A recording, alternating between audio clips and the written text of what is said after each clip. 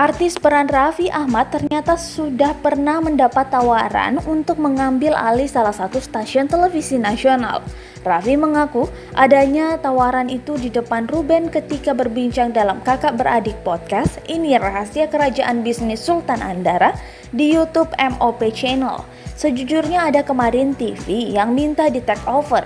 Gabung sama kita, salah satunya TV nasional, ujar Raffi Ahmad dikutip kompas.com Senin 29 Juni 2020. Raffi menjelaskan alasannya menolak tawaran tersebut karena menurutnya mengelola televisi bukan hal yang mudah.